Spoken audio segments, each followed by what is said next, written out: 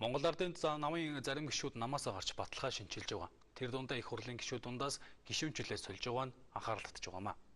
Өнөөдөр улсын их хурлын гишүүн даваа сүрэн хэвлэлийнхэнд хандсан байна. Монгол Ардын намын баг хурал өчигдөр хуралдсан. Энэ үеэр зарим гишүүдийг баг хурлын гишүүнээс чөлөөлжээ. Намбарын инх хоёрын гэрт байсан намаасаа гарна гэж туйлсан нөхдүүд хамгийн түрүүнд чөлөөлөгдсөн. Намаасаа гарсан Тэрвш давг Улаан Чулуун Батнаар хувьсгалт намын баталгаыг аль хэдийнэ өөртлөөд байгаа, харин даваа сүрэн гишүүн бандчгүй банзандчгүй үлдэх бололтой байна. Өнөөдөр тэр хэвлэлийнхэнд хандахдаа намайг Ардын намын баг хурлын гишүүнээс чөлөөлсөн байна гэж мэдгдлээ. Энэ бол намын дүрмээр байж болохгүй шийдвэр гэж мэдэгдэв. За даваа сүрэн гишүүн инх хоёрыг өмөрөхсөдтэй хамт хэвлэлийн баг хуралд оролцож байр сууриа илэрхийлж байсан. За бас Нямдарч сайдыг огцруулахыг дэмжиж байсан.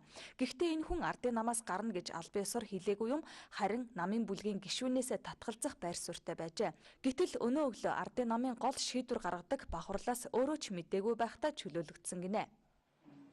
Бид ханафа дарна. Ялангуяа намаас одоо тодорхой шийдвэр гаргаж яваагүй байхад иймэрхүү арга хэмжээ авж байгаа нь бол надыг сонгосон сонгогч түмэнд бол хүндэтгэлөө хандаж яана гэж би ингэж ойлгож хүлээж байгаа. Ер нь улс төрийн нам гэдэг бол олон түмний итгэлийг дааж улс төрийн сонгуульд оролцож саналаа авдаг.